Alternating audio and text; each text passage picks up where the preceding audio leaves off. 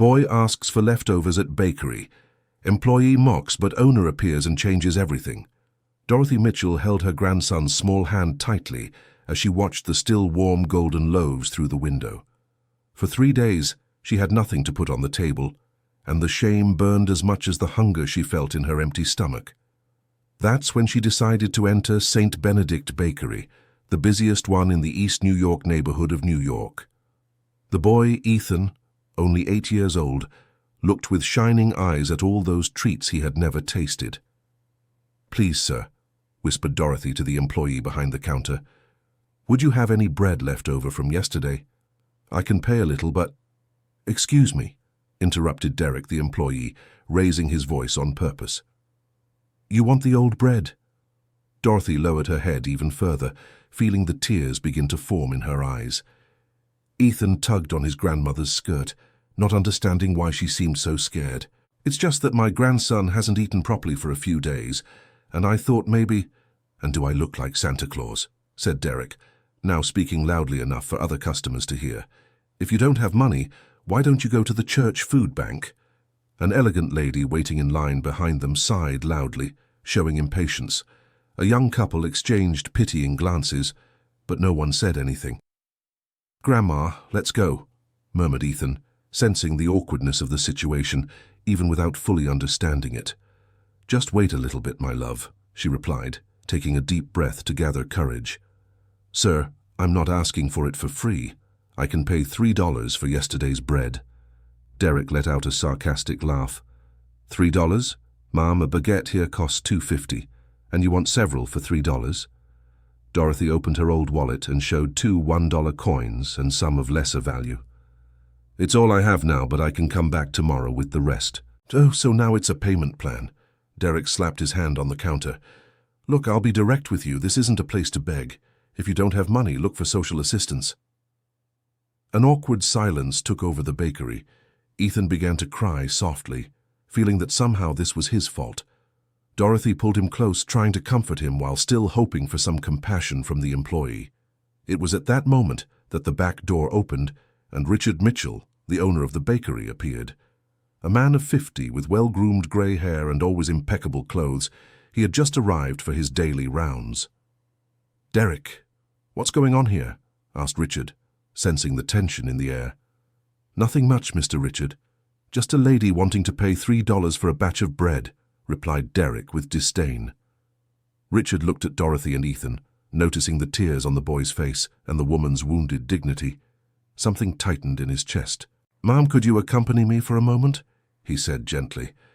Dorothy hesitated, fearing she would be humiliated even more, but Ethan encouraged her with a hopeful look. Richard led her to a small table in the corner of the bakery, away from the other customers. He sat down across from her, and Ethan stayed by his grandmother's side. "What's your name?" "Dorothy Mitchell, and this is my grandson Ethan." "Pleasure to meet you. I'm Richard, the owner of this bakery," he said, extending his hand. "Tell me what's happening." Dorothy took a deep breath. She wasn't used to talking about her difficulties, but there was something in the man's gaze that reassured her. "I raised 5 children working as a house cleaner, but now at 62 I can't carry heavy things like before. My daughter, Ethan's mother, disappeared 2 months ago and left me the boy." Richard listened attentively, watching how she held her grandson's small hand with so much love. "My late husband's pension is 1 minimum wage, but the rent has gone up so much I had to choose between paying for the house or buying food." "And you chose the house," concluded Richard. "Ethan needs a roof over his head, right? Food will figure out somehow." The bakery owner felt his heart tighten. He remembered his own difficult childhood, when his mother had to humble herself many times to feed her children. "Mrs. Dorothy, excuse me for a moment." Richard got up and went to the counter, where Derek was serving other customers, pretending nothing had happened. "Derek, I need to speak with you in the kitchen." The two entered the production area, where Richard closed the door. "Explain to me exactly what happened out there." "Oh, Mr. Richard, it was just an old woman asking for bread on credit.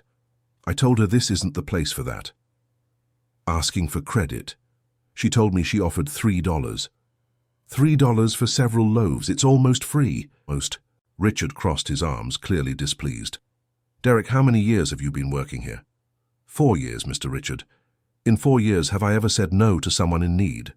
Derek lowered his head, knowing where the conversation was going. No, sir. Then why did you think you could do that? It's just, Mr. Richard, if we start giving bread away almost for free to everyone who asks, the business will go under in no time. Richard sighed, realizing he needed to teach his employee something important. Derek, do you know why I opened this bakery? To make money. To make money too, but mainly to serve our community.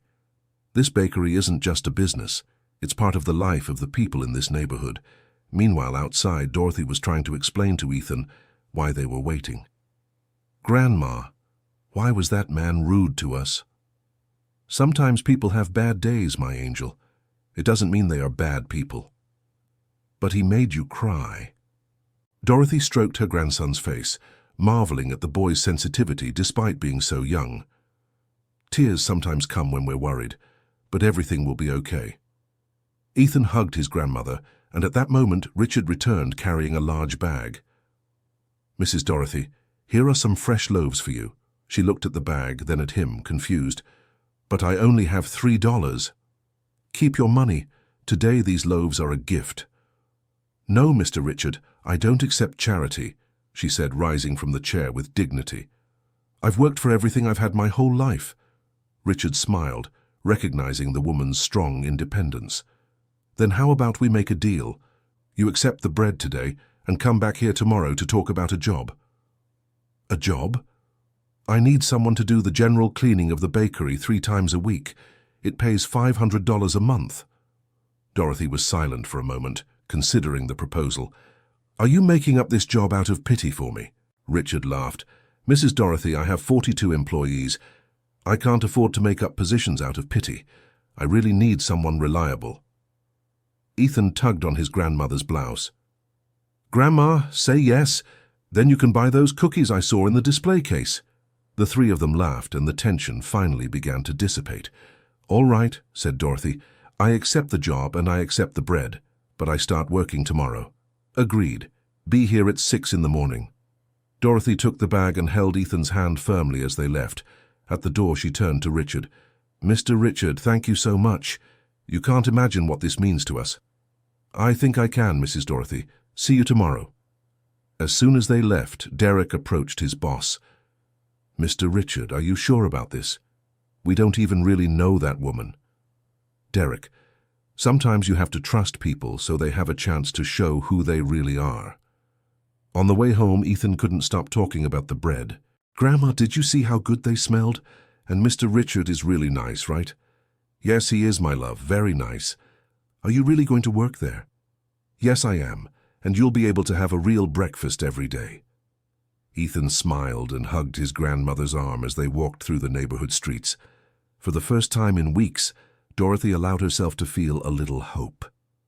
Arriving home at the small 2-room apartment, she prepared a snack with the bread Richard had given them. Ethan ate with such pleasure that she became emotional. Grandma, tomorrow when you go to work at the bakery, can I come with you? No, my angel. You'll stay with Mrs. Margaret from this building. I've already talked to her. But I wanted to see you working there. Soon you'll be able to visit me at work, I promise. That night, for the first time in a long while, they both slept without their stomachs growling from hunger. Dear listener, if you're enjoying the story, please take a moment to leave a like and especially to subscribe to the channel. It helps us a lot as we're just starting out. Now continuing. The next morning, Dorothy arrived at St. Benedict Bakery exactly at 6 o'clock. Richard was already there, supervising the day's bread production. Good morning, Mrs. Dorothy. Punctual, as I imagined. Good morning, Mr. Richard. Where should I begin? First, I'll show you everything. Richard led her through the different areas of the bakery, the production area, the main hall, the storage room, the kitchen where they prepared savory and sweet pastries, and finally the small office in the back. Your work will mainly be keeping everything clean and organized, 3 times a week, Monday, Wednesday, and Friday. I understand. And the other days? The other days you're free to take care of your grandson and your chores. Dorothy was impressed by the consideration. Most bosses she had had throughout her life didn't care about her personal life. You can start today in the production area. The bakers arrive at 4 in the morning, so by 6 they've already finished the main batch. During the first hours of work, Dorothy demonstrated impressive efficiency. Not only did she clean perfectly, but she also organized everything in a way that made the other employees' work easier. Michael, the head baker, was surprised by the difference. "Richard, where did you find this woman? In 2 days she organized the kitchen better than we have in years." "Sometimes the best people appear when we least expect them," replied Richard. Derek, however, was not at all pleased with Dorothy's presence in the bakery. He watched her with suspicion and made nasty comments whenever Richard wasn't around. "I bet she'll steal something when no one is looking," he murmured to one of the clerks. "Why are you being like this?" asked Jennifer, the youngest clerk. "She seems like a very hard-working person." "Jennifer, you're very naive. People desperate for money will do anything." On Wednesday, when Dorothy arrived for her second day of work, she found Ethan waiting outside the bakery. "Ethan, what are you doing here?" "Mrs. Margaret had to leave early today and told me to come find you." "Oh my God, what now?" Richard appeared at the door at that moment. "Good morning, Mrs. Dorothy. Any problems?" "I'm sorry, Mr. Richard. My grandson has no place to stay today. I can take him back home and come to work later." "No need. He can stay here while you work. As long as he doesn't get in the way, of course." Ethan clapped his hands, excited by the possibility. "Can I really, Mr. Richard?" "Yes, you can, Ethan, but you have to behave, okay?" During the morning, Ethan sat quietly at a table in the corner, drawing in an old notebook he always carried. Some customers stopped to chat with him, charmed by his manners and intelligence. Mrs. Teresa, a regular customer, was especially interested. "What a clever boy. How old are you, dear?" "8, ma'am. And you?" Mrs. Teresa laughed at his spontaneity. "Quite a bit more than 8. Do you go to school?" "Yes, I do. My grandma always says studying is very important." Richard watched the interaction from afar, impressed by the manners Ethan showed despite the hardships. "Michael," he called the head baker, "can you take Ethan to see the kitchen? I bet he'd love to see how the bread is made." Ethan was amazed to see the entire production process. He asked 1,000 questions about flour, yeast, oven temperature. His genuine curiosity won over all the staff. "Mr. Richard," Michael said later, "that boy has an uncommon intelligence. Did you see how quickly he understood the whole fermentation process?" Indeed, Ethan had demonstrated an impressive learning ability. Not only did he ask smart questions, but he also suggested small improvements in the kitchen's organization. Derek, however, viewed all this with a bad eye. "Now it's turning into a daycare too," he grumbled when he thought no one was listening. "What did you say?" asked Richard, appearing suddenly behind him. "Oh, nothing, Mr. Richard. I was just commenting." "Derek, I need to speak with you in the office." The two headed to the back of the bakery. "Derek, do you have a problem with Mrs. Dorothy and the boy?" "No, Mr. Richard. It's just that what?" Derek hesitated, realizing he was treading on dangerous ground. "It's just that the bakery has always been a workplace only, right? Now with a kid here. Is the child getting in the way of anything?" "No, but..." "Derek, I'll be very clear with you.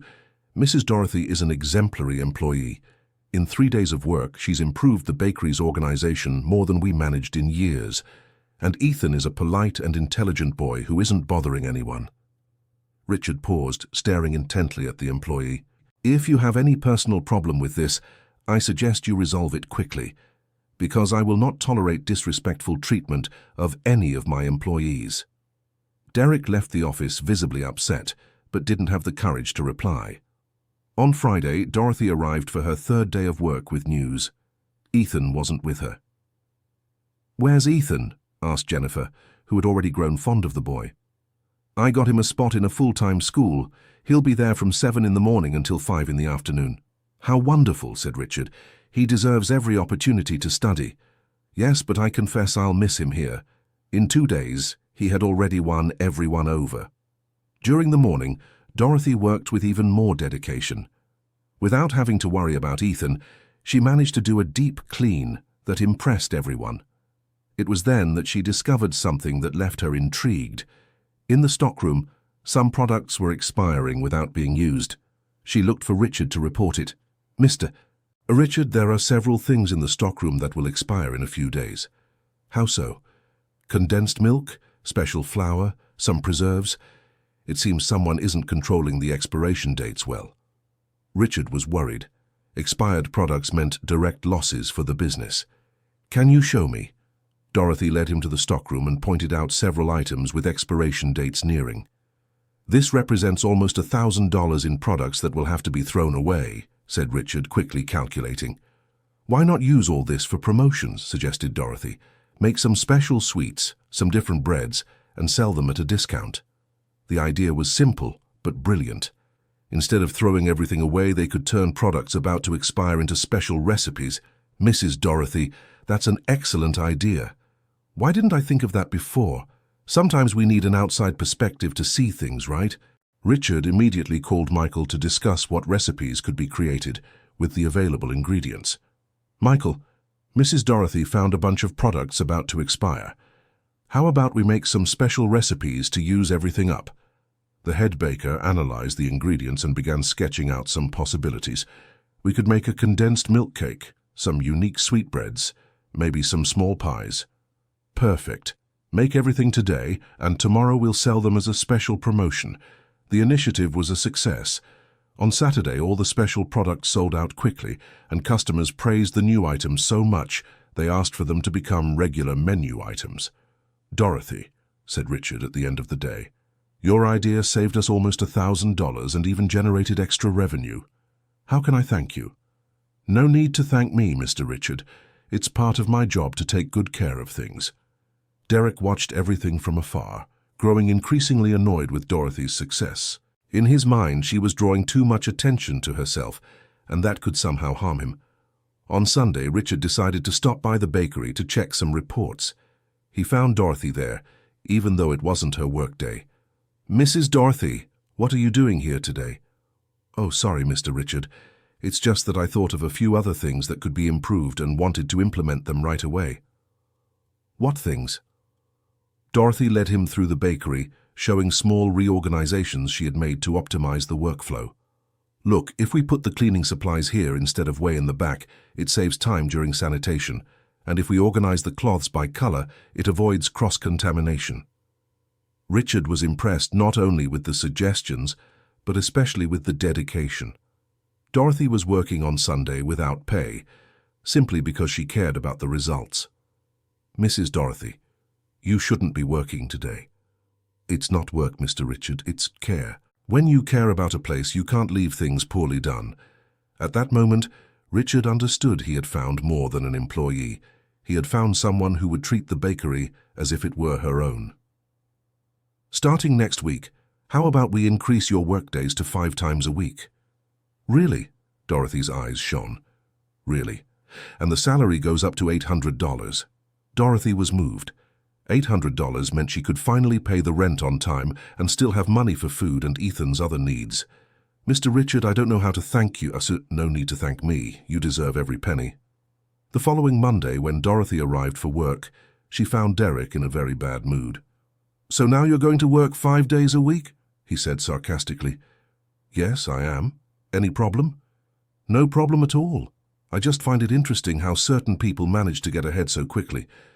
Dorothy chose to ignore the comment and headed to the stockroom to start work. But Derek wasn't finished. Throughout the morning, he made a point of creating difficulties for her. He hid cleaning products, messed up things she had organized, and even spilled sugar on the floor on purpose. Dorothy noticed the sabotage but decided not to say anything. She really needed the job and didn't want to cause trouble. "Jennifer," she whispered to the cashier when Derek left for lunch, "did you see who messed up the flour reserve?" "I saw Derek messing around there earlier, but I don't know if it was him." "I see." Jennifer noticed the sadness on Dorothy's face. "Mrs. Dorothy, if Derek is doing something wrong, you should talk to Mr. Richard." "I don't want to cause trouble for anyone, dear. I'll just work and keep quiet." But Derek wasn't satisfied with just the small acts of sabotage. He wanted Dorothy out of the bakery for good. On Tuesday, he came to work with a plan. He waited for Richard to leave to take care of business at the bank and then approached Dorothy. "Dorothy, I need to talk to you." "You can speak, Derek. Look, I'll be direct. You're a nice person, but your presence here is causing a disturbance." Dorothy stopped cleaning and looked at him. "Disturbing who?" "The more senior employees. We're not used to all these changes." "What changes?" "Well, all this reorganization, these new ideas. We worked just fine the way things were." Dorothy took a deep breath, trying to stay calm. "Derek, I'm just doing my job." "Yeah, but your job is meddling in things that aren't your business. The inventory, the recipe suggestions, those things. Mr. Richard asked for my opinion on those things." "Mr. Richard is just being polite, but the truth is you're creating problems." At that moment, Michael appeared in the kitchen and overheard part of the conversation. "What problems?" asked the head baker. Derek was embarrassed, not expecting anyone to show up. "Oh, Michael, we were just talking. Talking about what problems Mrs. Dorothy is creating. It's nothing serious." Michael looked at Dorothy, who was clearly upset, and then at Derek. "Derek, can you talk with me outside for a minute?" The two left the kitchen, leaving Dorothy alone with her thoughts. She began to question if she really was causing problems, if her suggestions were being inconvenient. "Derek," said Michael as soon as they were outside. "What are you doing?" "What do you mean?" "You know exactly what I mean. Mrs. Dorothy is the best employee this bakery has ever had. Why are you picking on her?" "I'm not picking on her." "You're not? Then explain to me why you spilled sugar on the floor earlier, knowing she would have to clean it up." Derek turned red. He didn't know Michael had witnessed the sabotage. "Michael, you don't understand. This woman is going to cost us our jobs." "How?" "She keeps giving her 2 cents on everything, making Richard think we don't work properly." Michael shook his head, incredulous. "Derek, are you jealous of Mrs. Dorothy?" "Jealous? Come on, man." "Then what is it?" "Because since she arrived, the bakery has improved in every way. Sales are up, organization is better, even the work environment is more pleasant." "You say that because she hasn't messed with your area yet."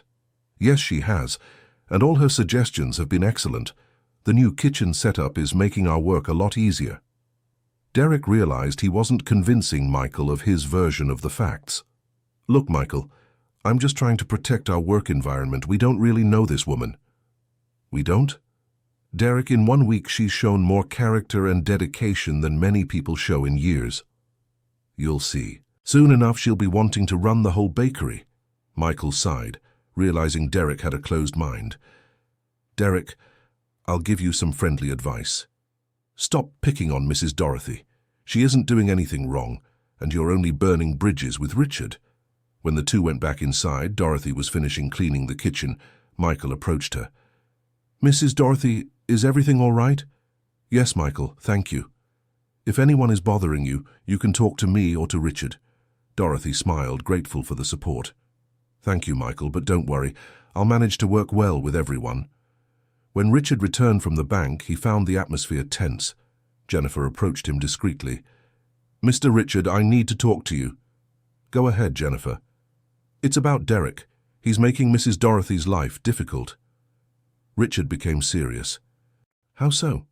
"He's sabotaging her work, making nasty comments, trying to discourage her. Are you sure about this?" "I am.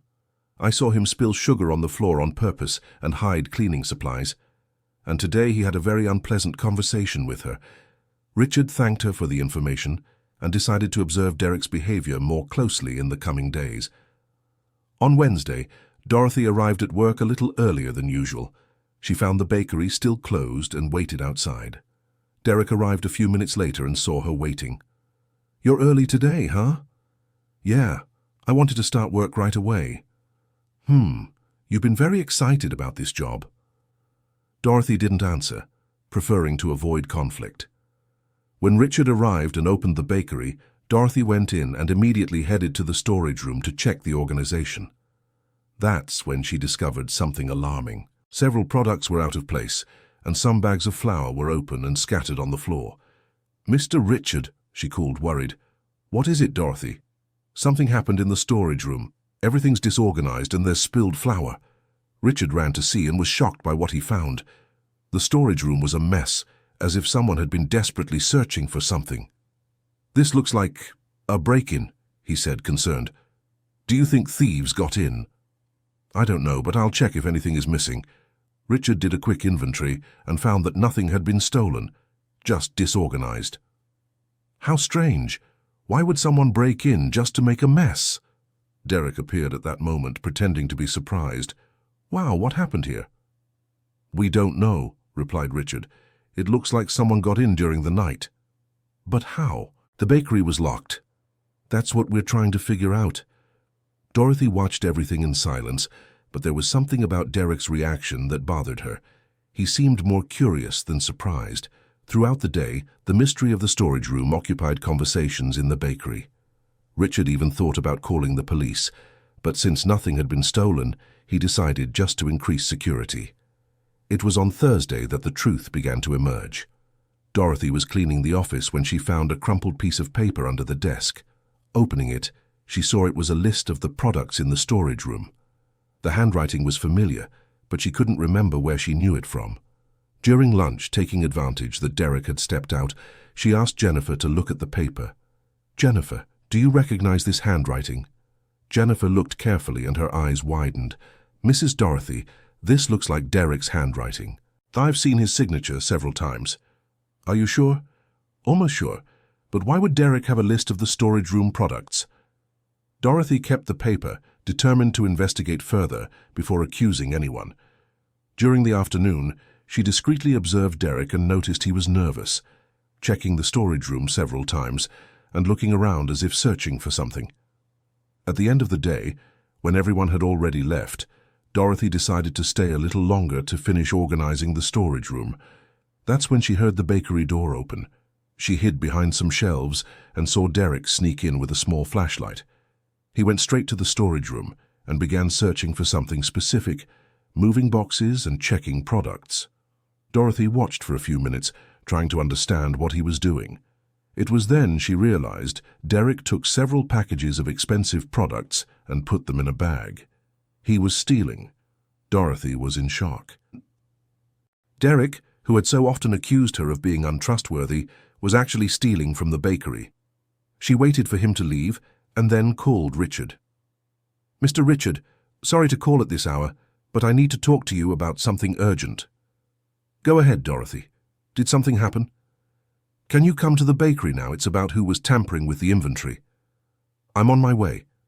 Richard arrived in 15 minutes, worried by the urgency in Dorothy's voice. "What is it, Dorothy?" "Mr. Richard, I saw who was stealing from the inventory." "Stealing? What do you mean?"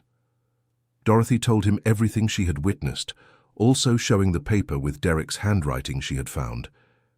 Richard was silent for a long moment, processing the information. "Derek? He's been here for 4 years. I know it's hard to believe, Mr. Richard, but I saw it with my own eyes." "Are you absolutely sure it was him?" "I am. I recognized him perfectly, even in the dark." Richard sighed deeply. Derek had worked at the bakery for 4 years without ever causing serious trouble, but the evidence was clear. "Dorothy, you did the right thing telling me this. Tomorrow I will have a serious talk with him." "Mr. Richard, I didn't want to cause trouble for anyone." "You didn't cause any trouble. The trouble already existed, you just discovered it." On Friday morning, Richard arrived early at the bakery and waited for Derek to arrive. When the employee appeared, seeming normal, Richard called him into the office. "Derek, I need to talk to you about a serious matter." "What is it, Mr. Richard?" "About the products missing from the inventory." Derek grew tense but tried to hide it. "Products are missing. When?" "You know very well when. Last night when you came in here after hours." Derek's face paled. "I didn't come in here last night." "Derek, you were seen." "By whom?" "That doesn't matter. What matters is that you confess and tell me how long this has been going on." Derek realized there was no way to deny it. Richard clearly had concrete evidence. "Mr. Richard, I can explain." "Then explain." "It's just, my son needs an expensive surgery and the insurance doesn't cover it." I was desperate. Richard felt a mix of disappointment and pity. "Derek, why didn't you talk to me? We could have found a solution. I tried a few times, but I could never bring myself to speak up. And so you thought stealing was the solution? Derek lowered his head, ashamed. I know it was wrong. I was planning to replace everything once I got the money. Richard was silent for a few minutes, thinking about what to do. Derek, you understand this is grounds for termination with cause. I understand. And you also understand I could press charges against you for theft? I understand. Richard sighed. Tell me one thing. Why were you treating Dorothy so poorly? Derek hesitated before answering. I was afraid she would discover what I was doing. I thought if she left the bakery, it would be easier to continue without being caught. So all that drama about her causing problems, it was a lie. I'm sorry, Mr. Richard. Richard shook his head, disappointed. Derek, you worked here for 4 years. I trusted you, and you not only stole from me but also tried to harm an innocent person. I know there's no excuse. Richard thought for a few more minutes before making his decision. Derek, you're fired. I will calculate your severance normally without cause as a favor for the years you worked here honestly. Mr. Richard. But on one condition. You will apologize publicly to Dorothy in front of all the staff. Derek agreed, knowing he was in no position to negotiate. Richard called all the staff for a meeting in the bakery's main area. Dorothy was among them, still not knowing exactly what Richard had decided. Everyone, we found out who was tampering with the inventory and causing that mess. It was Derek. A murmur of surprise went through the group. Derek has something to say to all of you, especially to Dorothy. Derek stood up, visibly embarrassed. Everyone, I made a very serious mistake. I was stealing products from the bakery, and even worse, I was trying to blame Dorothy for it. Dorothy was shocked. She had no idea Derek had tried to blame her. I treated Dorothy badly because I was afraid of being caught. All the accusations I made against her were false. She is an exemplary employee and an honest person. Thank you, Derek, said Richard. Now you can get your things and leave. After Derek left, Richard addressed the remaining employees. I want to make it clear to everyone that Dorothy is not only innocent of any wrongdoing, but she was the one who discovered what was happening and alerted me. Everyone looked at Dorothy with admiration and respect. Starting today, Dorothy will be promoted to General Supervisor of the bakery, responsible for all organization and inventory control. Dorothy was moved by the unexpected promotion. Mr. Richard, I don't know if I deserve... You more than deserve it, Dorothy. Your work, your honesty, and your dedication are exemplary. Jennifer was the first to congratulate her. Mrs. Dorothy, what joy! You really deserve this promotion. Michael also approached to greet her. Mrs. Dorothy, it will be a pleasure to work under your supervision. I'm sure the bakery will be even better. When everyone returned to work, Richard called Dorothy for a private conversation. Dorothy, I want to thank you for your honesty. You could have pretended you didn't see anything. I would never do that, Mr. Richard. You trusted me, and I would never betray that trust. That's exactly why you deserve the promotion. With the new role, your salary will be $1,200 a month. Dorothy's eyes filled with tears. Mr. Richard, you have no idea what this means for me and for Ethan. I think I do, and I'm sure you will do an exceptional job. That afternoon when she went to pick up Ethan from school, Dorothy could barely contain her emotion. Ethan, something very important happened today. What was it, Grandma? Your grandma got a promotion at work. Ethan didn't fully understand what that meant, but he was happy to see his grandmother's joy. Is that good, Grandma? It's very good, my love. It means now we'll be able to live better, without going without anymore. And can I eat sugar bread every day? Dorothy laughed at her grandson's innocence. You can eat sugar bread and much more, my angel. On the way home, they stopped at the bakery so Ethan could see where his grandmother worked more calmly. Hi, Ethan, Jennifer greeted him as soon as she saw him enter. Hi, Aunt Jennifer. My grandma got promoted. She sure did. Now she's our supervisor. Ethan was impressed with the title. What's a supervisor, Grandma? It's the person who makes sure everything runs smoothly, explained Richard, appearing to greet the boy. That's so cool. My grandma is really smart. Richard smiled at Ethan and then addressed Dorothy. Dorothy, I forgot to mention earlier, as supervisor you can bring Ethan here after school whenever you need to. Really? Ethan clapped his hands. Really, but only if he behaves properly. I will behave, Mr. Richard.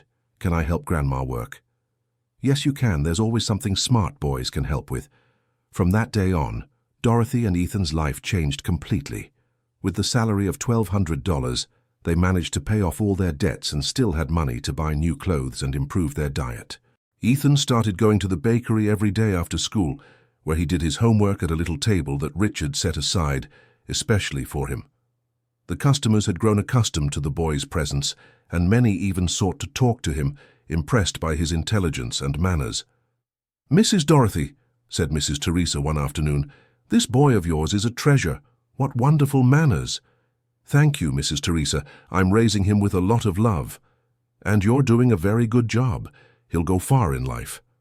Dorothy was very proud of the praise Ethan received. All her effort in raising him was paying off.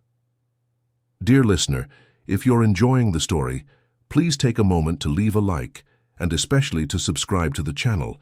It helps us a lot as we're just starting out. Now, continuing.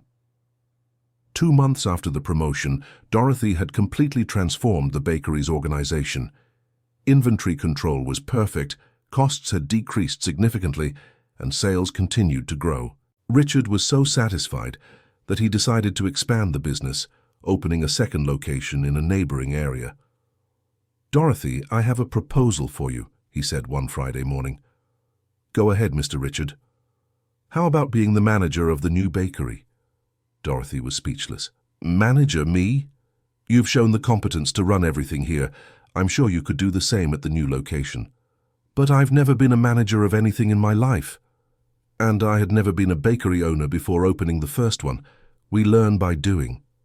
Dorothy was silent for a few moments, pondering the offer. "What about Ethan? Is the new bakery far from here?" "It's a 15-minute bus ride, and as the manager you'd have the flexibility to adjust your hours as needed." "What would my salary be?" $2,000 a month, plus a share of the profits."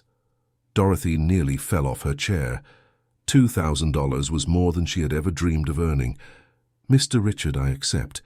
But I have one condition." "What is it?" "I want to take Michael with me as head baker.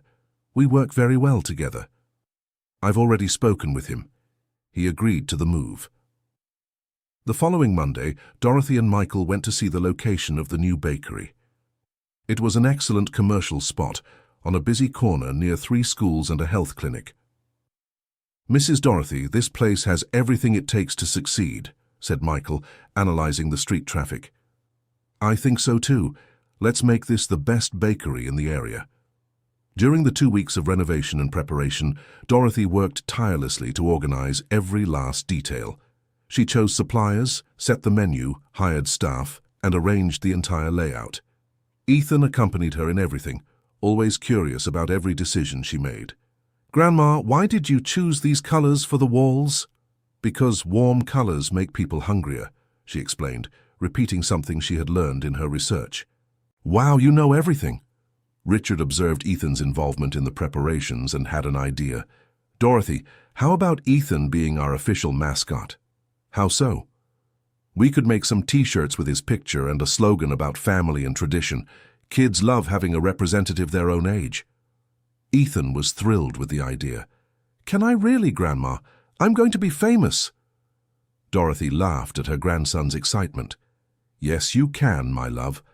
But don't forget that the most important thing is to keep studying and behaving well." "I won't forget, Grandma. I promise."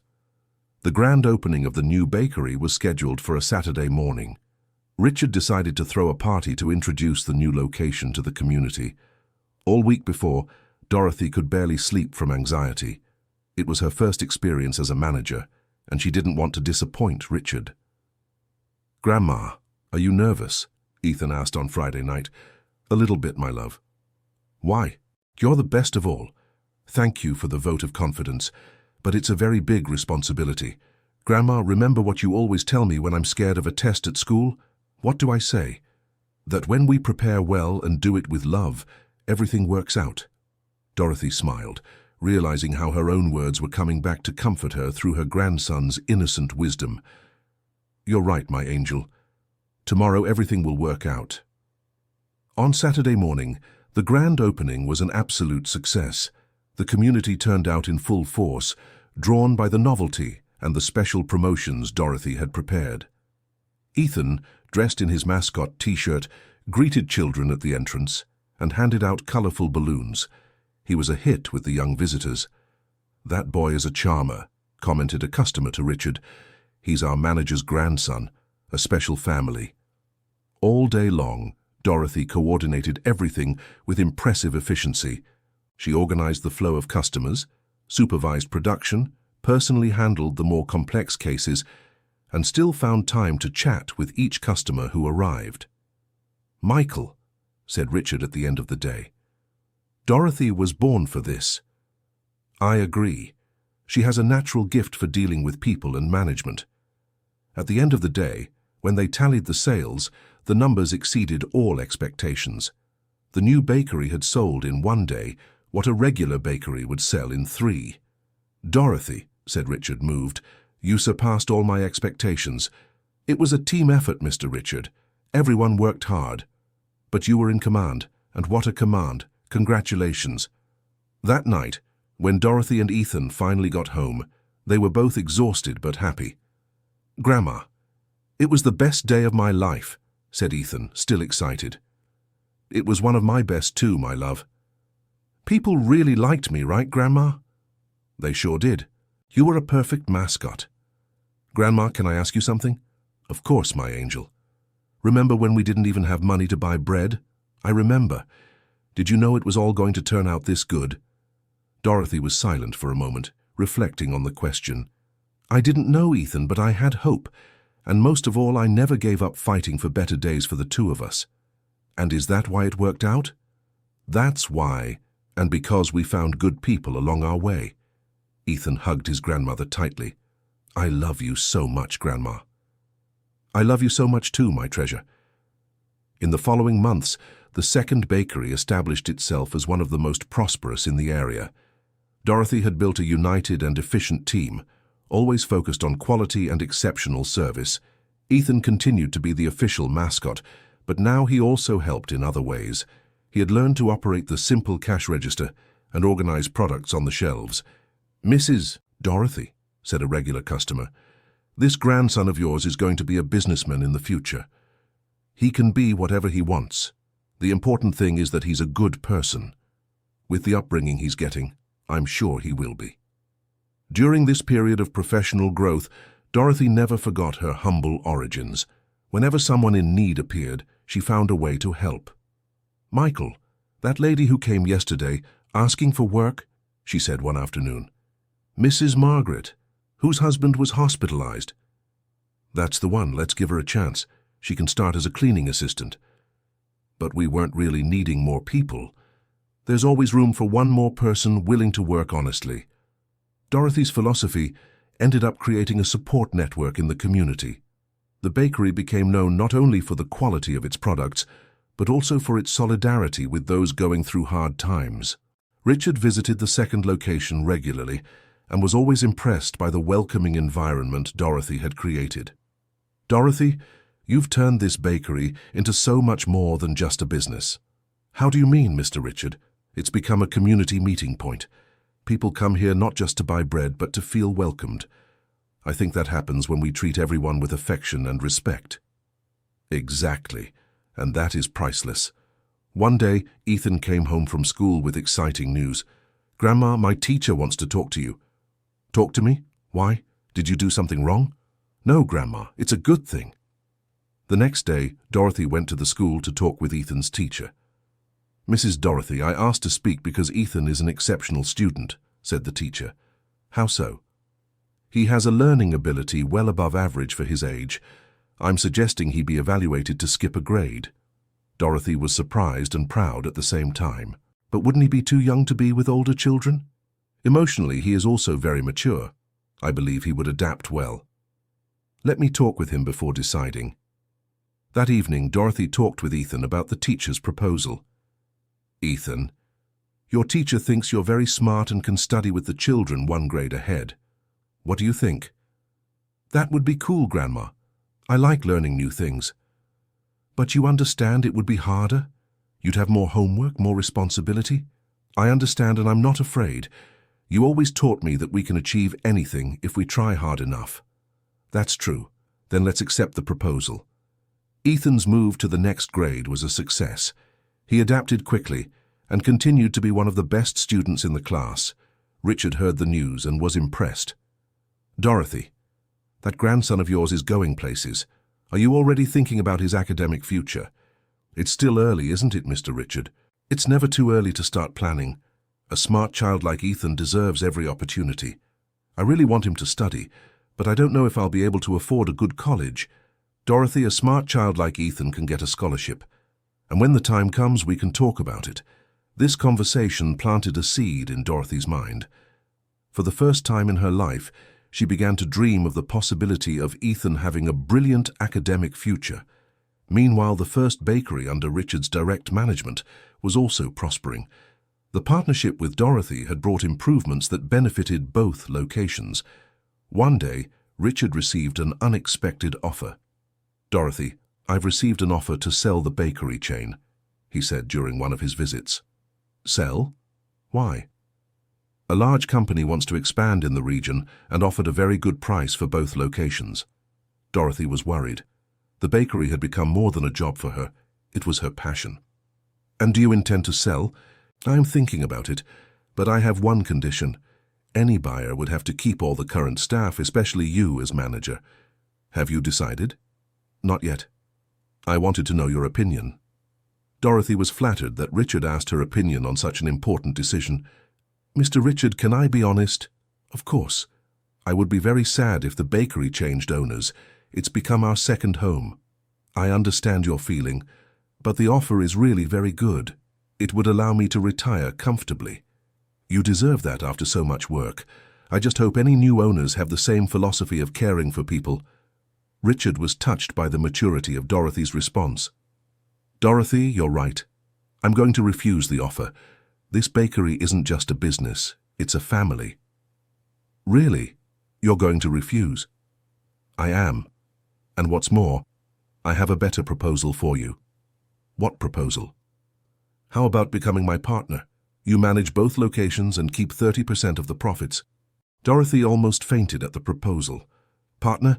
Me? You deserve it, Dorothy. She earned it through hard work and dedication. Mr. Richard, I don't have money to buy a share. You don't need money. Your share will be through your work.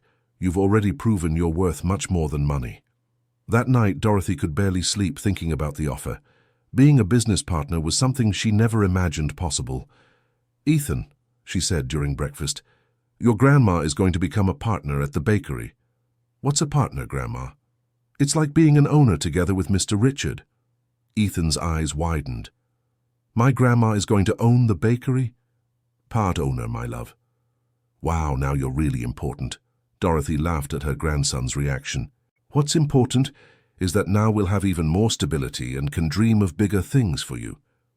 Like what? Like a very good college, maybe even outside the United States. Ethan got excited about the possibility. Grandma, when I grow up, I want to be just like you. What do you mean, my love? I want to help people who are having a hard time, like Mr. Richard helped us. Dorothy was moved by the answer. She was raising not only a smart child, but also a generous human being. You're going to be better than me, Ethan, much better. The partnership signing ceremony was simple, but emotional. Richard had prepared everything with a lawyer, and Dorothy signed the documents with hands trembling with emotion. Dorothy, now you are officially a partner of St. Benedict Bakeries, said Richard, extending his hand. Thank you for believing in me, Richard, she replied, now addressing her now partner by his first name. Ethan was present at the ceremony, dressed in his best clothes and holding a small bouquet of flowers for his grandmother. Congratulations, Grandma! Now you're a real businesswoman! Everyone laughed at the formality with which Ethan pronounced the word businesswoman. The news of the partnership spread quickly through the community. Many customers came to congratulate Dorothy, happy to see her journey of overcoming. "Mrs. Dorothy," said Mrs. Teresa, "you are an example for all of us. You showed that with dignity and hard work we can go far." "Thank you, Mrs. Teresa, but none of this would be possible without the good people I met along the way." "That's true, but you knew how to seize the opportunities." With her new status as a partner, Dorothy was able to implement several ideas she had kept to herself. One of them was to create an internship program for young people in the neighborhood. "Richard, what if we give boys and girls a chance to learn a trade here?" "Great idea. How do you imagine it would work?" "We could select young people aged 15 to 17 and teach them all aspects of the business: baking, customer service, administration. And then would they stay working with us?" "The best ones, yes. The others would take the knowledge to get jobs elsewhere." The internship program was launched with great success. 10 young people were selected for the first class, and the community's response was enthusiastic. Ethan, although still a child, loved watching the interns work. "Grandma, when I turn 15, can I do the internship here too?" "Of course, my love, but you'll already be way ahead of the others because you already know everything here." "I still want to learn. I want to know all the secrets of baking." Dorothy felt proud, seeing how Ethan was genuinely interested in the business, not out of obligation, but out of passion. 2 years after the partnership, St. Benedict Bakeries were a benchmark in the region. They had won several awards for quality and service, and the clientele was constantly growing. Ethan, now 10 years old, had become a constant and beloved presence in both locations. He knew all the customers by name and always greeted them with a warm smile. "Ethan," said a new customer, "do you work here?" "No, Mom. My grandma owns this place.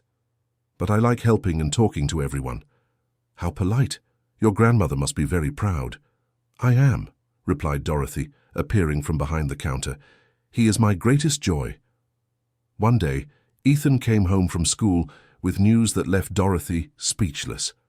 "Grandma, my teacher said I can take a test to get into a special school for gifted children." "What's that?" "It's a school just for very smart kids.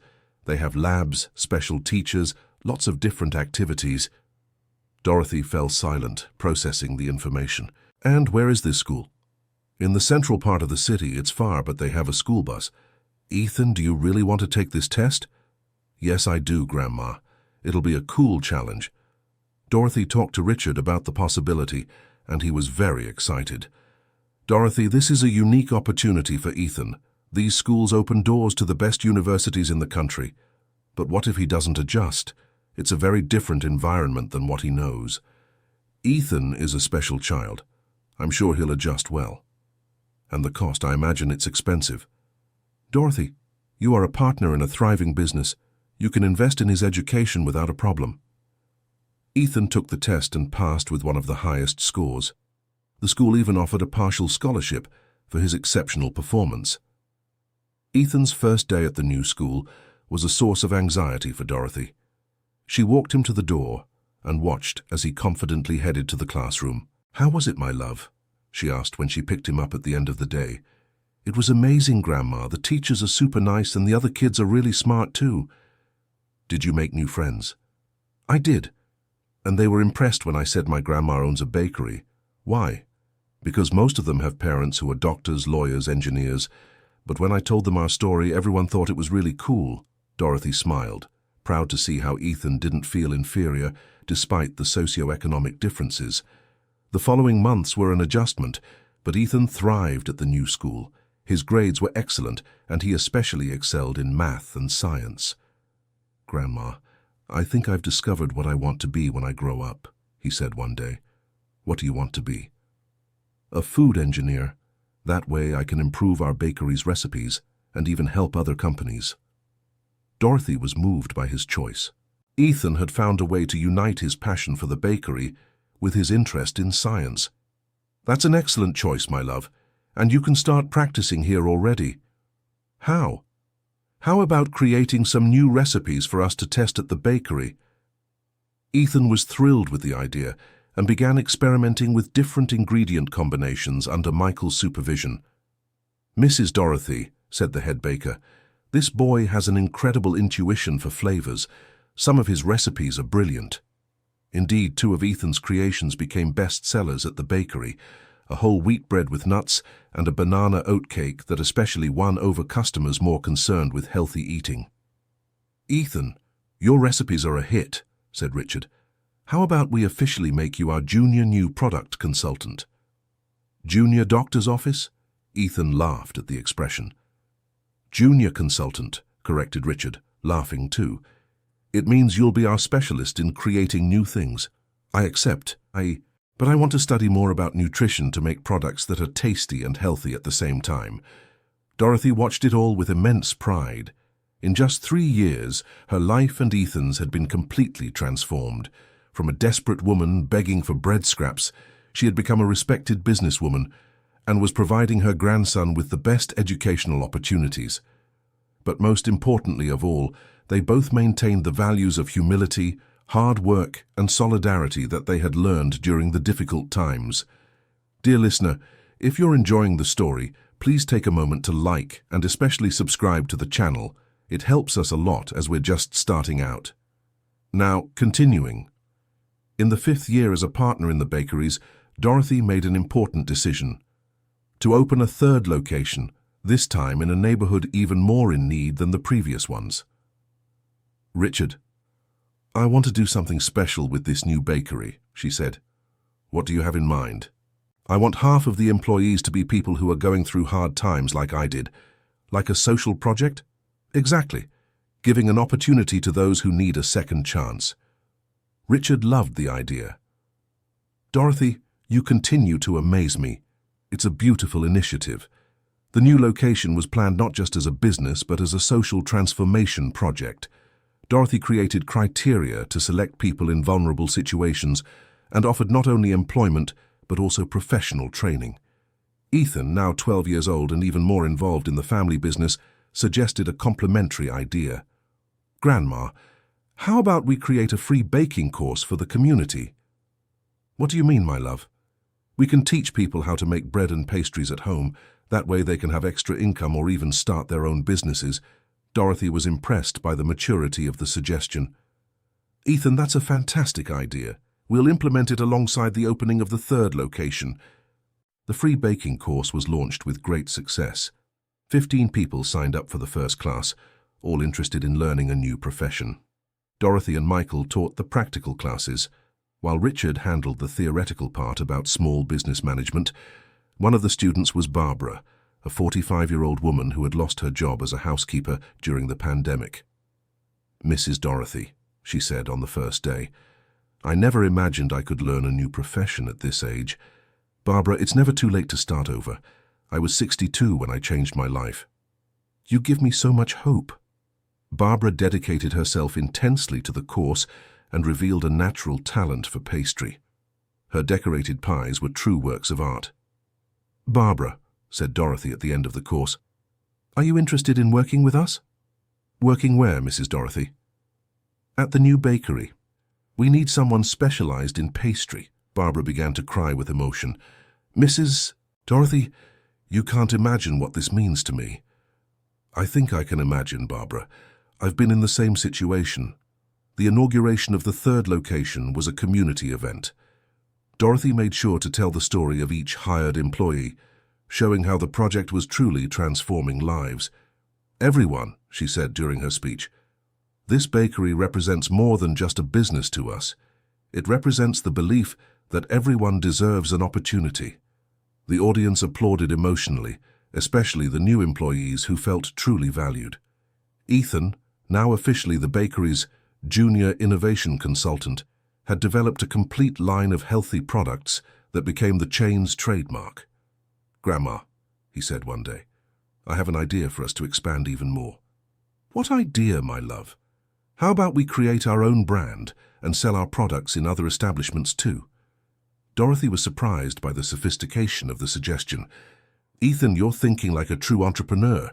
I learned by watching you and Richard, and in my school's entrepreneurship classes." Ethan's idea was implemented gradually. They started supplying small markets in the region and soon received orders from larger establishments.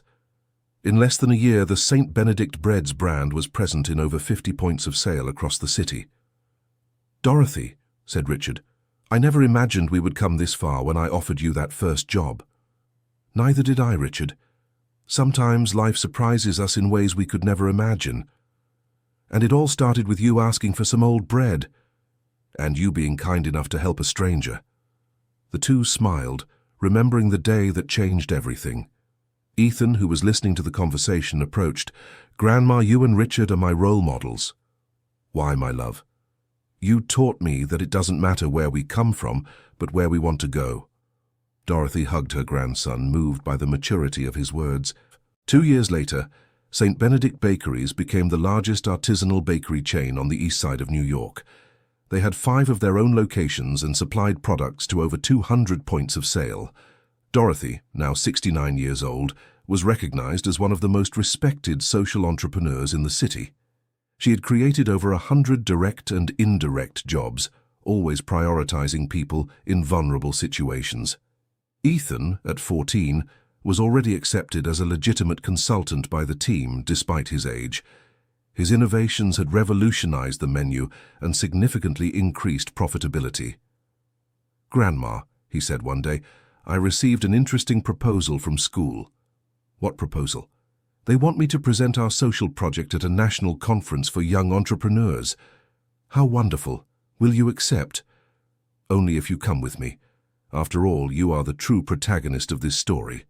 Dorothy was moved by the invitation. "Of course I'll go, my love. It would be an honor." The conference took place in Washington, D.C., and was a transformative experience for both. Ethan presented not only the business numbers, but most importantly, the social impact they had created. "Our project proves it is possible to be profitable and socially responsible at the same time," he said during his presentation. The audience was impressed by the maturity and passion with which Ethan spoke about social entrepreneurship. After the presentation, several business people approached, interested in learning more about the St. Benedict Bakery's business model. "Mrs. Dorothy," said one of them, "I would like to replicate your model in other cities. Would that be possible?" "Yes, it would," she replied, "but on one condition. The social commitment must be maintained. It's not just a marketing differentiator, it's our essence." From that conference onward, Dorothy and Ethan began to be invited for lectures and consultations across the country. They became a reference in social entrepreneurship and productive inclusion. Ethan turned 15 as a true celebrity in business circles, but remained humble and focused on his studies. "Grandma, when I go to college, I want to study not only food engineering, but also business administration." "Why?" "So I can expand our model to other countries. Imagine how many people could be helped." Dorothy smiled, seeing in her grandson not only exceptional intelligence, but, above all, a generous heart. "Ethan, I'm sure you will achieve all your dreams." "Our dreams, Grandma. Always our dreams." On the 10th anniversary of Dorothy's first hiring, Richard organized a surprise party at the original bakery. All current and former employees, loyal customers, community representatives and local authorities were present. "Everyone," said Richard during his speech, "today we celebrate not just 10 years of partnership with Dorothy, but a decade of social transformation." He presented a video with testimonials from people whose lives had been transformed by the opportunities created by the bakeries. "Mrs. Dorothy gave me not just a job, but hope," said Barbara, who was now the manager of the pastry area. "Thanks to the baking course, I was able to start my own sweets shop and support my family," said another former student. The testimonials followed one after another, each more moving than the last. When it was Dorothy's turn to speak, she was visibly emotional. "Everyone, when I entered this bakery 10 years ago, I was just a desperate woman trying to feed my grandson. I never imagined we would come this far." She paused, looking at Ethan. "But I learned that when we plant seeds of kindness, they grow in ways we could never have imagined." Richard planted the first seed by giving me a chance. I tried to plant other seeds by helping those in need, and now we have a forest of transformed lives. The audience applauded, moved. "And the most beautiful thing of all," Dorothy continued, "is to see that the next generation, represented by my grandson Ethan, was already born with a heart turned toward helping others. Ethan stood up and hugged his grandmother, to the warm applause of everyone present. That night, when they finally arrived home, the two sat in the small living room that was now comfortably furnished. "Grandma, do you remember when we didn't even have bread to eat?" "Yes, I remember, my love. Sometimes everything that happened feels like a dream." "It's not a dream, Ethan. It's the result of a lot of hard work, perseverance, and especially the good people we met along the way." "Grandma, can I ask you a serious question?" "Of course." "If you could go back in time, would you change anything in our story?" Dorothy thought for a moment. "You know, Ethan, it was very hard to go hungry, to feel ashamed, to be afraid of the future, but all those difficulties taught us to value every achievement and to have compassion for those going through the same problems." "So you wouldn't change anything?" "I would change just one thing. I wish your mother were here to see the wonderful man you are becoming." Ethan was silent for a moment. They rarely talked about his mother, who had disappeared when he was little. "Grandma, do you think she'll ever come back?" "I don't know, my love, but if she does, she will find a son she can be very proud of. And a mother she can be proud of too," said Ethan, referring to Dorothy. "I'm not your mother, Ethan." "Yes, you are, Grandma. In my heart, you are my mother. The person who raised me, educated me, gave me love and values. That's what being a mother is." Dorothy couldn't hold back her tears in the face of her grandson's emotional declaration. "Ethan, you are the greatest joy of my life, and you are my greatest inspiration, Grandma." 1 year later, when Ethan turned 16, he received news that would once again change the course of their lives. "Grandma, a letter came from the university." "What university?" "Remember I applied for that program for gifted youth at Columbia University?" "I do." And so, Ethan opened the letter with trembling hands. "I was accepted, with a full scholarship." Dorothy shouted with joy and hugged her grandson. "Ethan, I'm so proud. You're going to study at the best university in the country." "Grandma, there's one more thing." "What?" "The program allows me to do a double major, food engineering and business administration at the same time." "Exactly what you wanted." "Yes. And you know the best part? I can keep working at the bakery on weekends and during vacations." Ethan's admission to the university was a cause for celebration throughout the community. He had become a symbol that it was possible to overcome any difficulty through education and hard work. Richard organized a party at the bakery to celebrate the achievement. "Ethan," he said during the toast, "you represent the hope of every child in this community, proof that the future can be different from the past." Ethan, ever humble, thanked them emotionally. "Uncle Richard, none of this would have been possible without the opportunity you gave my grandmother. A single act of kindness can change entire generations." During his first years at university, Ethan remained involved with the bakeries, now bringing academic knowledge that complemented his practical experience. He developed new production processes that increased efficiency, created functional products with specific nutritional benefits, and even registered some patents for technological innovations. "Professor," he said during a class, "may I present a real case study from my family's business?" The professor agreed, and Ethan presented the entire evolution of St. Benedict Bakeries, from Dorothy's first day of work to the current situation. "Ethan," said the professor at the end of the presentation, "this is one of the most inspiring case studies I have ever seen. You should document all of this in a book." The suggestion planted an idea in Ethan's head. Arriving home, he talked with Dorothy about the possibility. "Grandma, how about we write a book telling our story?" "A book? Who would want to read our story?" "Lots of people. It's a story of overcoming adversity, of social entrepreneurship, of transformation through education. But I've never written anything in my life, Ethan." "We'll write it together. I'll help with the technical part, and you tell the story from your point of view." Dorothy became excited by the idea. "You know this might work, and the book's income could fund more social projects." During the following year, grandmother and grandson dedicated themselves to writing the book. Ethan interviewed all the employees, customers, and people who had been impacted by the bakery's work. Dorothy recalled every detail of that first day at the bakery, when she asked for bread scraps and found much more than she had imagined. Ethan, do you remember how scared you were when Derek was rude to me? I do remember, Grandma. I didn't understand why people could be mean. And now do you understand? I understand that sometimes people act badly because they are going through hardships. Derek was desperate about his son's problems. Exactly. It's important not to judge people based on just one bad moment. That's why our story is so important, Grandma. It shows that everyone deserves a second chance. The book From Hunger to Hope, A Story of Transformation was launched at a major literary fair and became an immediate success. Sales exceeded all expectations, and the copyrights were translated into several languages. Dorothy, said Richard, you've created something much bigger than a book.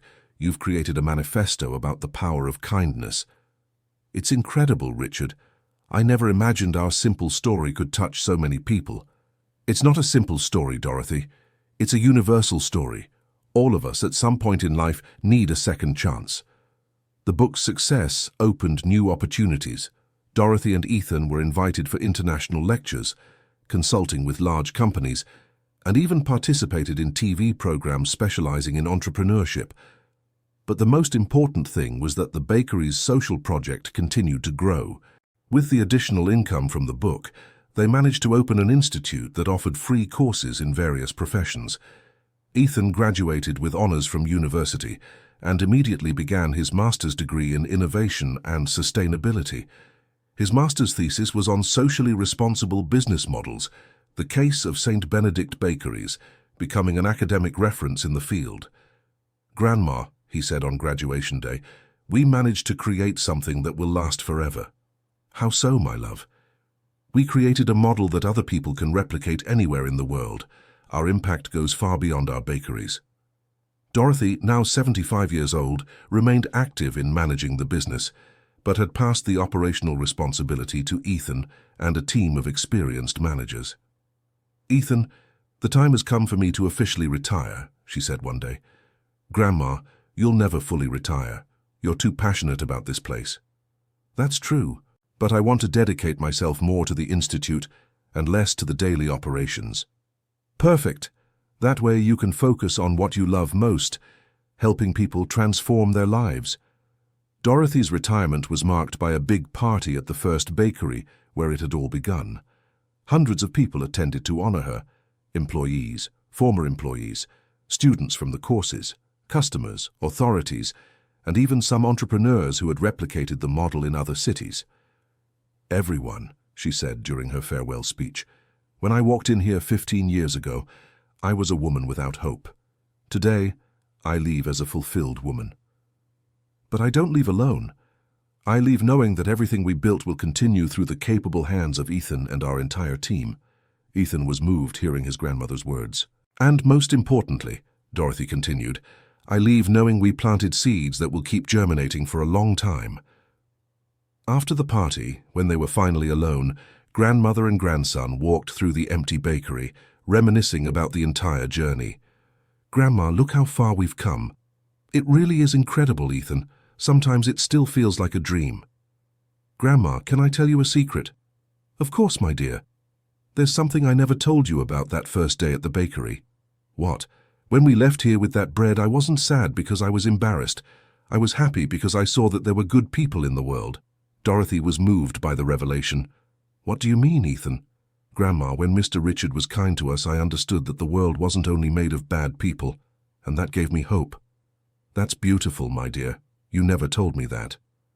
It's because I was little and didn't know how to explain it well, but that's what motivated me to want to help other people when I grew up. Ethan, you are the best person I know. I learned from the best teacher, Grandma. 5 years later, Ethan had become one of the most respected young entrepreneurs in the country. The St. Benedict Bakeries were studied in universities like Columbia University as a model of sustainable social business. The institute, created with the book's revenue, had trained over 1,000 people in different professions, and the employment rate of graduates was over 90%.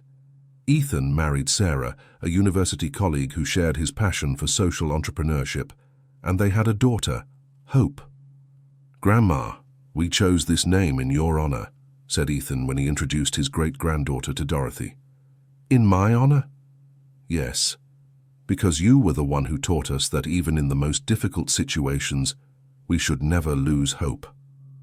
Dorothy held the little baby in her arms, moved by the name and its symbolism. Hope, she murmured. May she grow up knowing she can achieve anything in life. She will, Grandma, and she will know our whole story. I want her to know where we came from and why we got here. When Hope turned 3, Dorothy decided to write a second book, a children's version of the family's story, so her great-granddaughter could understand from a young age the importance of the values they had built. Ethan, I want Hope to understand that being rich isn't having a lot of money, but having a generous heart. I agree, Grandma, and she will understand. We have your living example to teach that. The second book was also a success and became required reading in several schools as a way to teach values to children. Hope grew up hearing her great-grandmother's stories and developed the same social sensitivity from an early age. Grandma, she said one day when she was 5, why don't some people have bread to eat?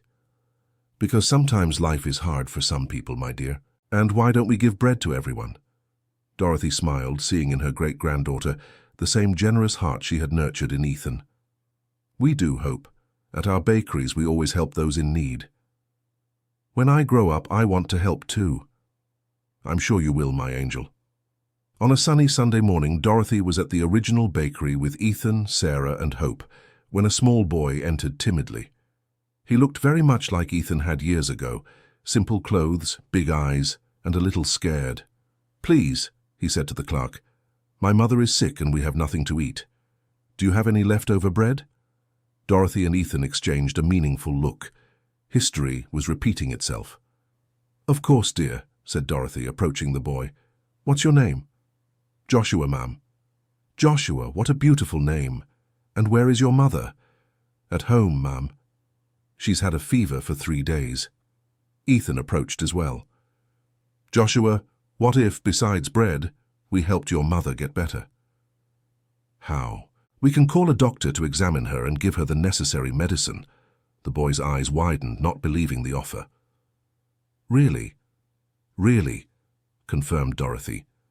And do you know why? Why?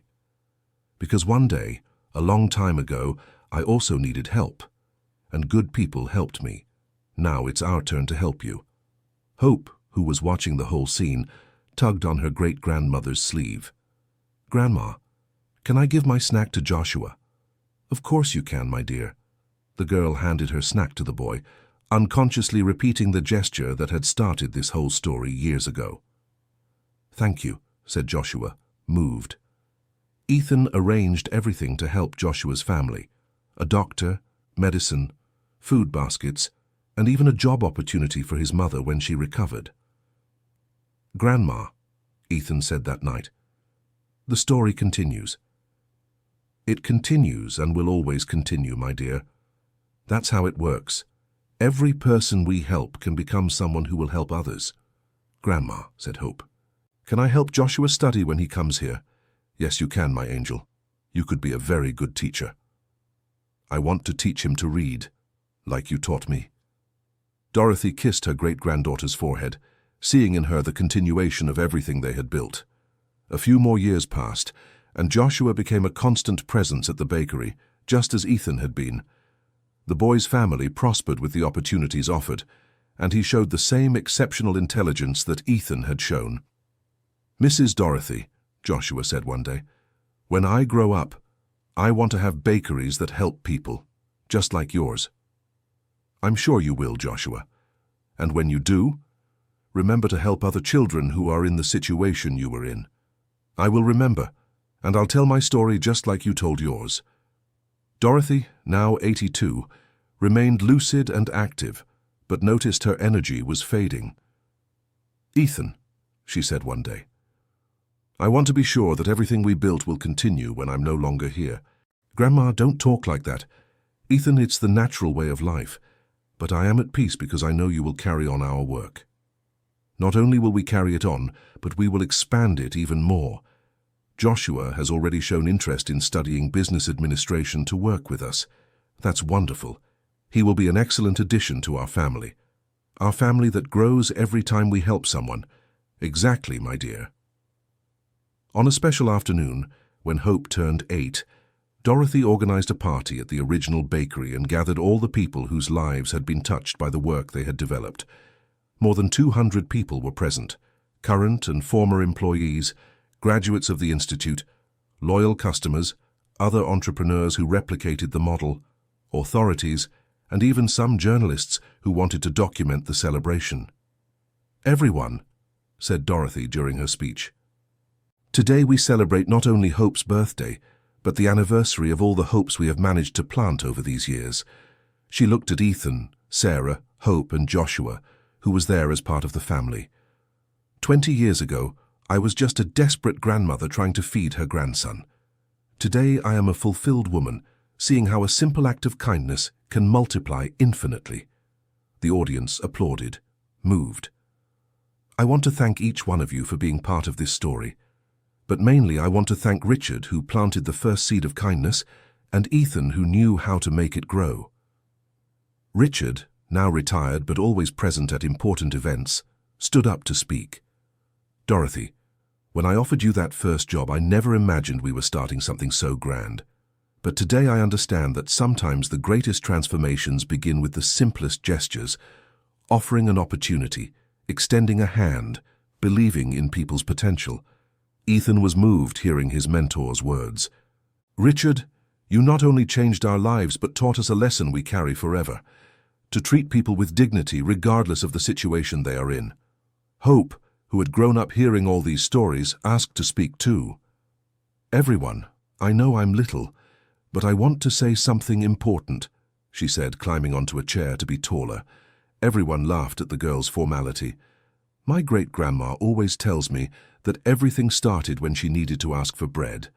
I want everyone to know that when I grow up, I will keep giving bread to whoever needs it." The audience erupted in applause, touched by the child's sincere promise. "But not just bread," continued Hope. "I will give opportunity, care, and hope, just like my family always has." Dorothy couldn't hold back her tears. Seeing her great-granddaughter naturally embracing the family's social commitment was the greatest reward she could have. Joshua also asked to speak. "I wanted to thank Mrs. Dorothy, Ethan, Sarah, and Hope for giving me the same chance they gave to so many people. When I arrived here asking for bread, I was scared and ashamed. Today I'm studying, my mother has work, my little sister is well cared for. And all of this because good people decided to help instead of judge." The party continued late into the night, with each person sharing how they had been impacted by the family's work. When everyone had finally left, only Dorothy, Ethan, Sarah, Hope, and Joshua remained in the bakery. "Do you know what my greatest pride is?" asked Dorothy. "What, Grandma?" "It's knowing that we created something much bigger than a business. We created an extended family, a network of people who care about each other." "And Grandma, this family will keep growing," said Ethan. "How?" "Hope and Joshua will grow up with these values. One day they will have children who will also grow up this way." And so on. "That means that first loaf of bread that Richard gave me will feed generations and generations of people," said Dorothy, smiling at the thought. "Not just feed the body, Grandma, feed the soul too." Hope approached her great-grandmother. "Great-grandma, can I ask you a question?" "Of course, my love. If you could speak to the Dorothy from 20 years ago, what would you say to her?" The question took Dorothy by surprise. She thought for a moment. "I would say, Dorothy, don't be ashamed to ask for help when you need it. And when you can help, do it without hesitation, because that's how life becomes truly rich." "That's beautiful, Great-Grandma." "And you, Joshua?" asked Dorothy. "What would you say to the Joshua from a few years ago?" Joshua thought carefully before answering. "I would say, Joshua, don't be afraid to dream big, because there are people in the world willing to help you achieve your dreams." "Perfect," said Ethan. "And do you know what the most important lesson of our whole story is?" "What?" asked Hope and Joshua in unison. "That anyone, no matter their situation, can make a difference in someone's life. You don't need to be rich. You don't need to have power. You just need to have a generous heart." Sarah, who had been following the whole conversation in silence, was moved. "Ethan, I want you all to know that I feel privileged to be part of this family." "We are also privileged to have you with us," replied Dorothy. "Sarah, you brought even more love and wisdom to our home," added Ethan. When they finally left the bakery that night, Dorothy stopped at the door and looked back one last time. "Ethan, do you know what I see when I look at this bakery?" "What, Grandma?"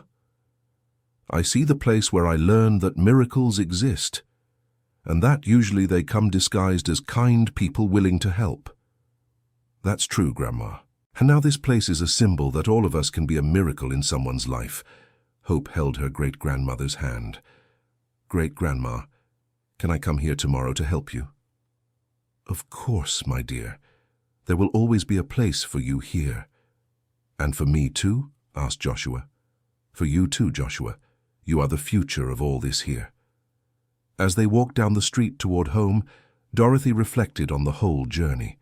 From a desperate woman asking for bread scraps, she had become a mentor to dozens of people, a successful businesswoman, an author of inspiring books, and, most importantly, the matriarch of a family that valued generosity and solidarity above all else. "Ethan," she said, "thank you for giving me the joy of seeing all this come true." "Grandma, the thanks are mine. You taught me that true wealth isn't in what we have, but in what we can give." "You both taught me a lot too," said Sarah. "About courage, about perseverance, about never giving up on dreams." Joshua listened to everything in silence, absorbing every word and promising himself that one day he would pass these same teachings on to other children. Hope fell asleep in Ethan's lap during the walk, probably dreaming of golden bread and happy people. Arriving home, Dorothy went to the small garden she tended with such care. Every plant there had been planted to mark an important achievement: the promotion to supervisor, the partnership with Richard, Ethan's graduation, the birth of Hope. "Ethan," she called, "come here, please." "What is it, Grandma?" "I want to plant a new sapling today." "To mark what?" "To mark this moment. The moment I understood that our story is never going to end, because it will continue through the next generations." Ethan helped his grandmother plant a small rose bush he had bought especially for the occasion. "This rose will grow and bloom for many years," said Dorothy, "just like our work, which will keep bearing fruit long after we are no longer here.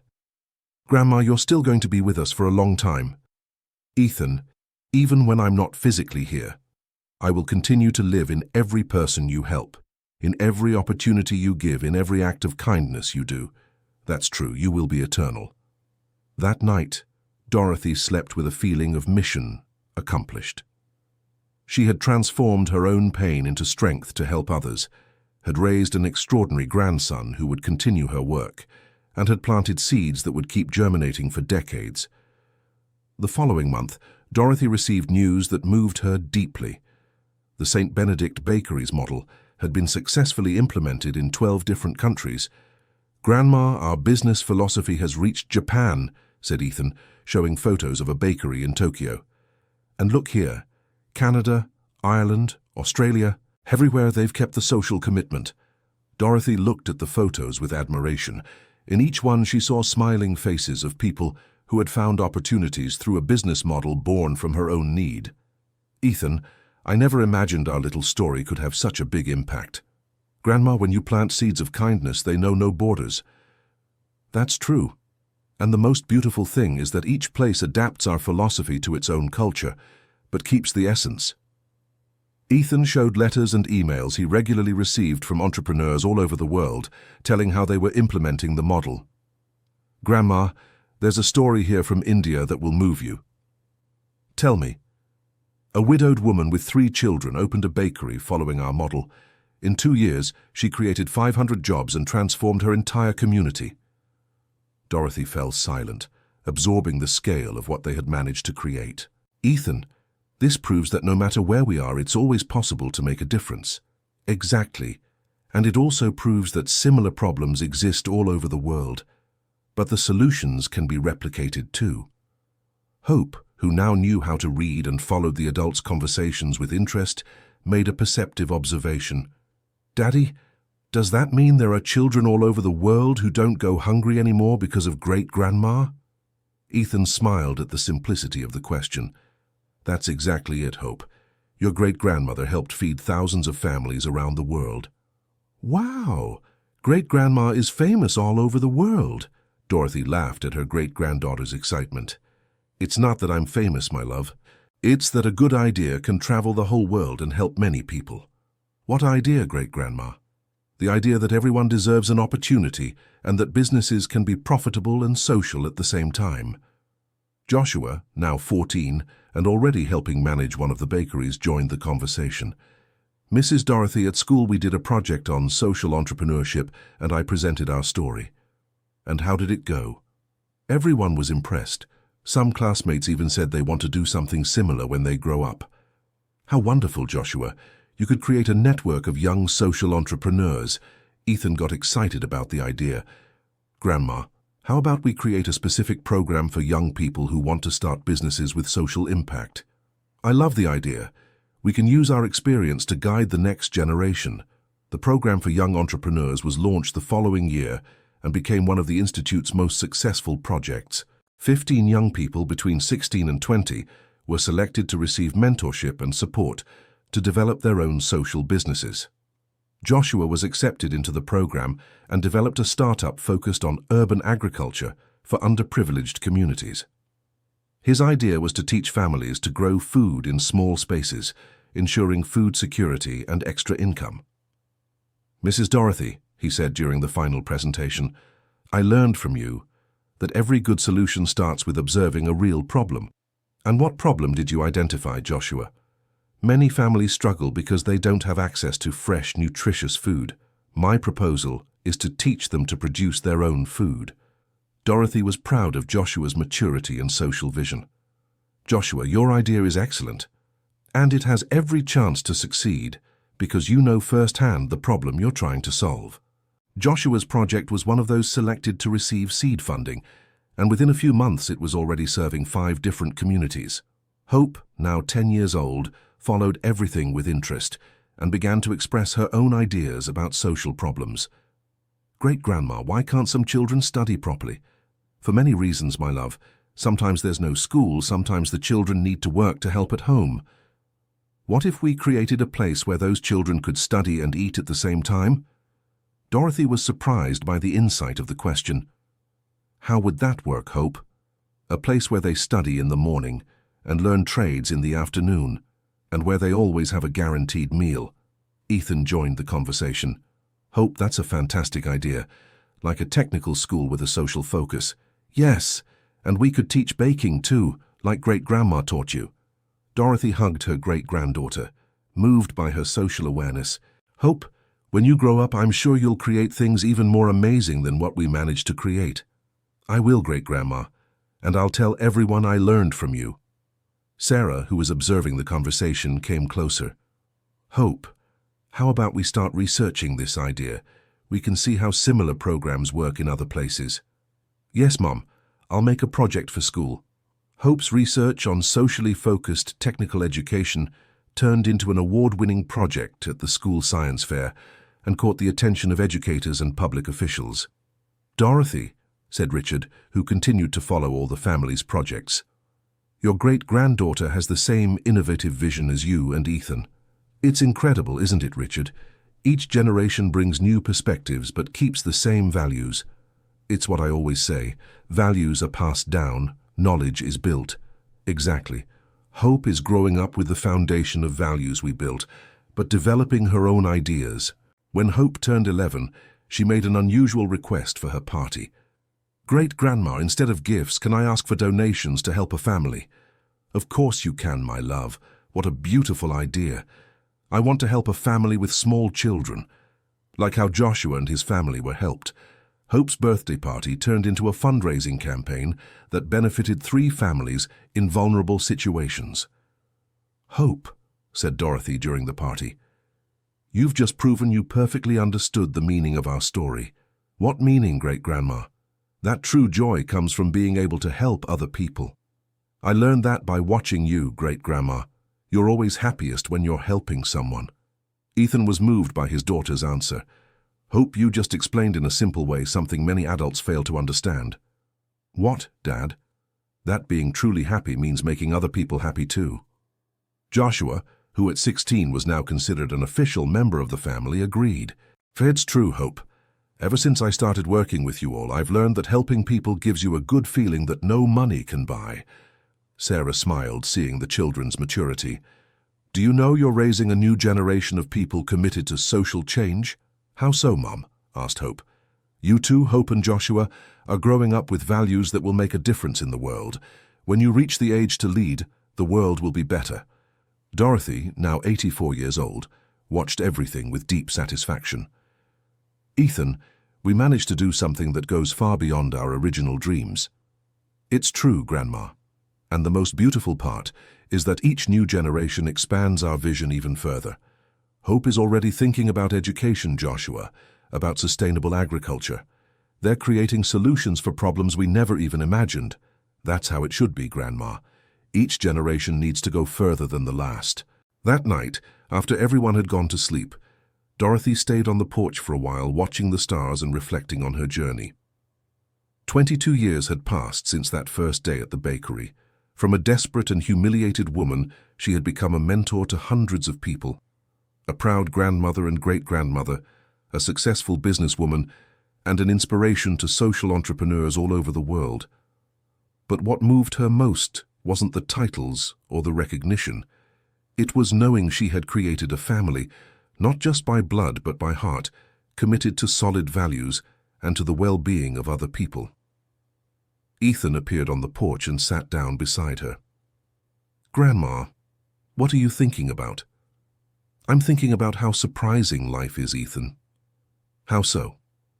"When I walked into that bakery asking for leftover bread, I never imagined we were planting a tree that would bear so much fruit.